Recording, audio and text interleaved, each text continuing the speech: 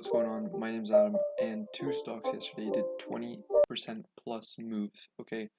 And that is insane. And there are two penny stocks that we're talking about. One is GNUS Brands International. So as we can see here, it went from being $1.46 to now being $1.73. Well, it was beyond that, like $1.90, and then it went back down to $1.73 that it's trading at right now. And again, this is, I'm going to tell you what I think about this move. And the reason why this happened was because basically they jumped because the first toys based on Genius Brand's Rainbow Ranger series hit Walmart shelves yesterday. And the toys will also be available on like the online Walmart and Amazon, right? So just promise of being able to sell these toys on the shelves of Walmart and online on Amazon sent the stock up like by over 20% at one point, right? And this is a very small cap company and is prone to violent price swings. And so it traded as low as 5 cents on March 12th to as high as over $11 on June 4th, right? And even after today's gain, shares are still down from 85% from the March 12th highs, okay? Um, and this next article echoes basically my view, is um,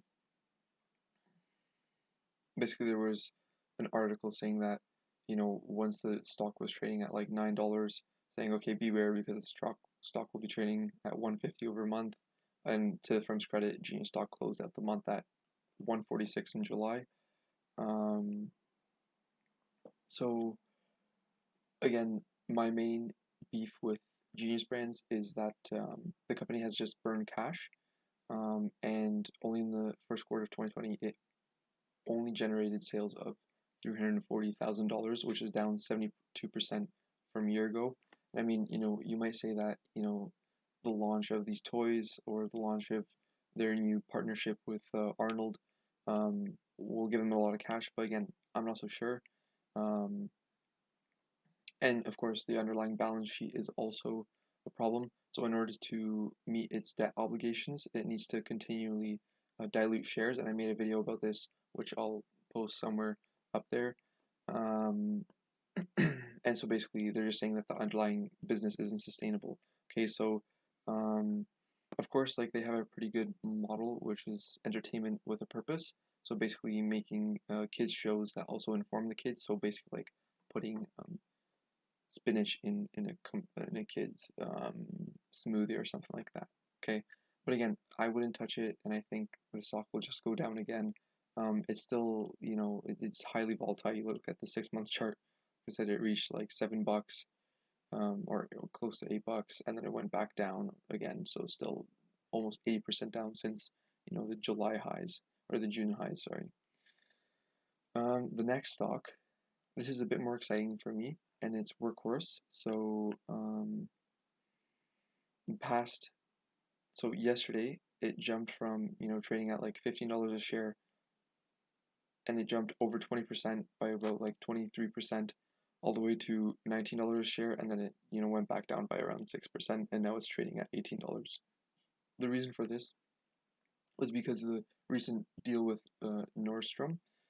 So basically, Workhorse has a 10% stake in the electric pickup startup called Lordstown Motors, which basically revealed plans to go public via a reverse merger with Diamond Peak Holdings, which is a special purpose acquisition group, and basically, or a SPAC. And the purpose of a SPAC is to basically help companies go public on the stock market, right? Like an IPA. So basically, Lordstown and Workhorse are closely related. So basically, they're saying in exchange for Workhorse's company's design and patents from Workhorse received a 9 or 10% stake in Lordstown, along with an agreement that protects the stake from dilution for 2 years, right?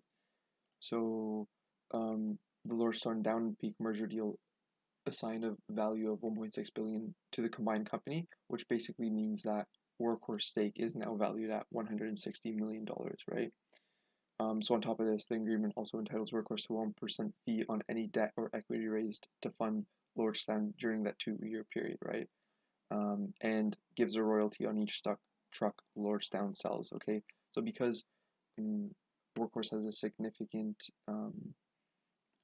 deal with Lordstown, and Lordstown is going to merge with Diamond Peak, and is going to IPO on the market under the name Ride. Um, Therefore, Workhorse is having an increasing valuation. Okay, so and then there's also talk about Workhorse being a promising electric vehicle and drone investment. Um, as Workhorse hashes out the deal with USPS, or actually gets the deal with USPS, that's also more exciting as it has more market opportunity, and it will be able to sell its cars at a much higher premium, right? So I definitely do like Workhorse a bit more than GNUS Brands right now.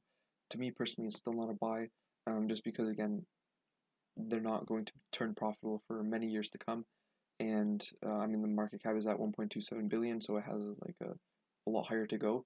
But I think as of right now, I cannot invest in this company. I want to see some, at least like close to being profitable, or at least some merger or some deal with USPS, beyond just like a Lordstown deal to go on the market, right? Although this will benefit Workhorse for sure, right? So those are just my thoughts. Those are just some two updates. One, Genius Brains uh, made significant moves after it announced that it would sell the toys from one of their shows on Shopify and online on Amazon. And then the second one, Workhorse, due to the deal that they have with Lordstone, and then Lordstone going to IPA and merged with Diamond Peak, which is basically um, a special purpose acquisition company, right? Um, so yeah, that's it. If you enjoyed this video, please give it a like and subscribe, and have a fantastic day.